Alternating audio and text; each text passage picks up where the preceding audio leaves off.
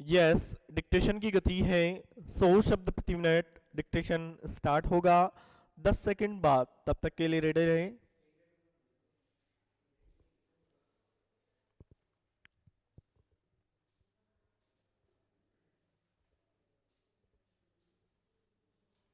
Start. कला और संस्कृति हमारी इंद्रियों के लिए एक आनंद का विषय है। स्टॉप। कलात्मक अभिव्यक्तियों में कुछ ऐसी क्षमता होती है कि कभी कभी ये हमें सामान्य तथा लौकिक जीवन से परे भाव से भरे लोक में ले जा सकती है। स्टॉप। ईश्वर पर आस्था रखने वालों ने जब सर्वशक्तिमान और उसकी सृष्टि की प्रशंसा के लिए गाने और नाचने तथा चित्रकला या प्रदर्शन जैसी किसी एक कला को चुना तो उसका यही प्रयास कला और संस्कृति के जरिए आध्यात्मिक संपर्क का माध्यम बन गया। स्टॉप। जब कलाकार इनमें से किसी एक विधा में अपने को तल्लीन कर लेते हैं तो वे जीवन से परे किसी बड़ी सत्ता के साथ जुड़ाव अनुभव करते हैं और ऐसे में वे अपने दर्शकों को जो अनुभव कराते हैं वह कला की सम्मोहित करने वाली प्रकृति को दर्शाता है। सो भारतीय समाज का ताना बाना संगीत, नृत्य और वास्तुशिल्प की विभिन्न विधाओं, उत्सव त्योहारों, दृश्य और निष्पादन कलाओं और लोक गाथाओं तथा रीति रिवाजों से मिलकर बना है। तो ये सब मिलकर समाज की सामूहिक पहचान कायम करते हैं। तो ये विभिन्न कला की विधाओं के माध्यम से लोगों को एक विशिष्ट सांस्कृतिक पहचान भी प्रदान करते हैं। तो सदियों के ऐतिहासिक विकास से हमारी संस्कृति और भी अधिक समृद्ध हुई है और उसने सभी के उत्कृष्ट तत्वों को अंगीकार और आत्मसात कर समग्र संस्कृति की एक नई धारा को जन्म दिया है। स्टॉप। इस अनोखी विविधता में नई गाथाएं उपजी है। स्टॉप। ये ऐसी गाथाएं हैं जो उनकी जीवन शैली को और उनके उत्सव तथा त्योहारों तथा उनकी उत्सव धर्मिता और कला की विधाओं को आकार प्रदान करती हैं। स्टॉप। ये गाथाओं का विभिन्न क्षेत्रों के साथ अपना अलग संवाद कायम करती है। स्टॉप। देश में उत्तर से लेकर दक्षिण तक और पूर्व से लेकर पश्चिम तक रामायण और महाभारत जैसी गाथाओं को विभिन्न प्रकार की कलाओं के माध्यम से प्रस्तुत किया गया है। स्टॉप। भारत में गायन की परंपराओं और अभिव्यक्तियों तथा निष्पादन कलाओं के माध्यम से अभिव्यक्ति के अनगिनत रूप है। स्टॉप। सामाजिक रीति रिवाज, परंपराएं और उत्सव तथा प्रकृति और समुचे संसार से संबंधित परंपराएं और पारंपरिक हस्तशिल्प जैसी चीजें हमारी अमूर्त विरासत की लंबी सूची में शामिल है। स्टॉप। यहाँ एक राष्ट्र के रूप में भारत की उस धारणा की महिमा बताने का प्रयास किया जा रहा है जिसमें देश के विभिन्न भौगोलिक क्षेत्रों की विविधतापूर्ण संस्कृतियां समाहित और समन्वित होकर एक दूसरे से संवाद कायम करती हैं और जिसकी भव्य अभिव्यक्ति हमारे विविधतापूर्ण खानपान, संगीत, नृत्य, सिनेमा और फिल्मों तथा हस्तशिल्प तथा साहित्य और चित्रकला आदि के रूप में होती है। सो इससे लोगों को हमारी संस्कृति में अंतर्निहित समन्वय और एकता की स्वाभाविक भावना को समझने में मदद मिलती है। स्टॉप।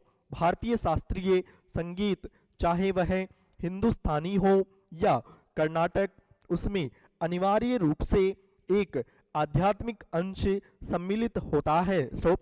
इस संगीत का उद्देश्य असाधारण अनुभव प्रदान करना है जो श्रोताओं को एक अलग ही दुनिया में ले जाता है। स्टॉप।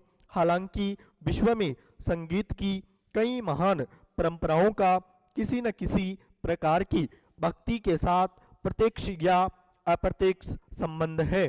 फिर भी भारतीय शास्त्रीय संगीत इस पर विशेष महत्व देता है। तो भारतीय संगीत के इतिहास पर नजर डालें तो पता चलता है कि प्राचीन काल से मंदिर शास्त्रीय संगीत की कलात्मक अभिव्यक्तियों के कई विविध रूपों के लिए एक मंच प्रदान करते रहे हैं। तो वैज्ञानिक अनुसंधानों से पता चलता है कि कोरोना वायरस से हमारा पीछा नहीं छूटने वाला। तो विकास का हमारा मॉडल शहर पर केंद्रित है। तो इसलिए जरूरी हो जाता है कि शहरों में इस वैश्विक महामारी पर जल्दी से जल्दी काबू पाया जाए ताकि अर्थव्यवस्था को खोला जा सके। तो विकास की शहरों पर केंद्रित प्रकृति ने उच्च घनत्व वाले आर्थिक क्षेत्रों को जन्म दिया है। तो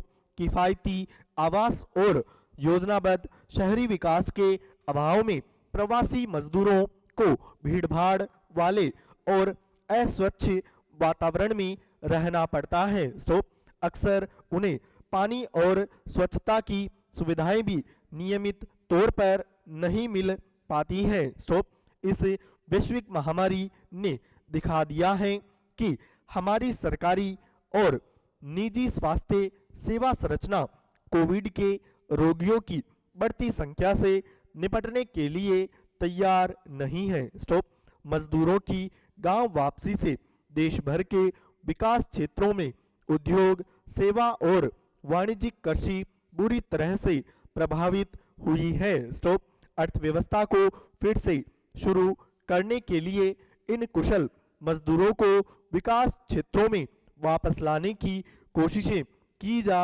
रही है। तो एक सच यह भी है कि गांवों से बड़ी संख्या में पलायन की वजह से शहरी विकास क्षेत्रों में मजदूरों की संख्या जरूरत से ज्यादा हो गई थी। तो इससे इन शहरी विकास क्षेत्रों में भी अल्प रोजगारी और बेरोजगारी पैदा हो गई थी। तो इसलिए इन कुशल मजदूरों के अतिरिक्त बल को गांवों में ही रोकना भी आवश्यक है। तो इससे शहरी विकास केंद्रों में आबादी का दबाव घटेगा और देश की ग्रामीण अर्थव्यवस्था के उद्धार के लिए हमारे गांवों में अर्धकुशल और कुशल कामगार उपलब्ध होंगे। तो कोरोना वायरस से मुकाबले का यह समय लीक से हटकर सोचने और एक आत्मनिर्भर भारत के निर्माण के लिए काम करने का अच्छा अवसर मुहैया कराता है। तो हमें याद रखना चाहिए कि प्राचीन समय में भारत एक मजबूत और आत्मनिर्भर अर्थव्यवस्था था। तो औद्योगिकरण से पहले की भारतीय अर्थव्यवस्था एक जीवंत वैश्विक व्यापार का हिस्सा रही है, जिसमें स्थानीय हस्तशिल्पियों के प्राकृतिक कच्चे माल से निर्मित उत्पादों की जबरदस्त मांग थी। तो हमें भारत की इस महान आर्थिक विरासत से सबक लेकर वैश्विक व्यापार में अपनी पहुंच बढ़ाने के लिए काम करना चाहिए। तो आर्थिक प्रगति के इस परिवर्तित तरीके से हम संवहनीय विकास के रास्ते पर चल सकेंगे। तो इसके अलावा हम अनुकूल की प्रक्रिया के जरिए जलवायु परिवर्तन की चुनौती से निपटने में भी सक्षम होंगे। तो प्राकृतिक और स्वदेशी कच्ची सामग्री के तौर पर बांस ग्रामीण अर्थव्यवस्था के उद्धार में महत्वपूर्ण भूमिका अदा कर सकता है। तो यह कृषि और उद्योग दोनों ही क्षेत्रों को प्रभावित करने में सक्षम है। तो यह पृथ्वी का पर्यावरण के लिए सबसे ज्यादा अनुकूल पौधा है। तो यह कार्बन का सबसे ज्यादा पादप प्रजातियों में से एक है। तो बांस तेजी से बढ़कर कुछ एक वर्षों में ही तैयार हो जाती है। तो यह कटाई के बाद फिर से बढ़ जाती है और इसे बार बार रोपने की जरूरत नहीं पड़ती। स्टॉप। यह भूमि की उर्वरता में बढ़ोतरी करने के लिए बहुत ही प्रभावी साधन है। स्टॉप। पूर्ण स्टॉप।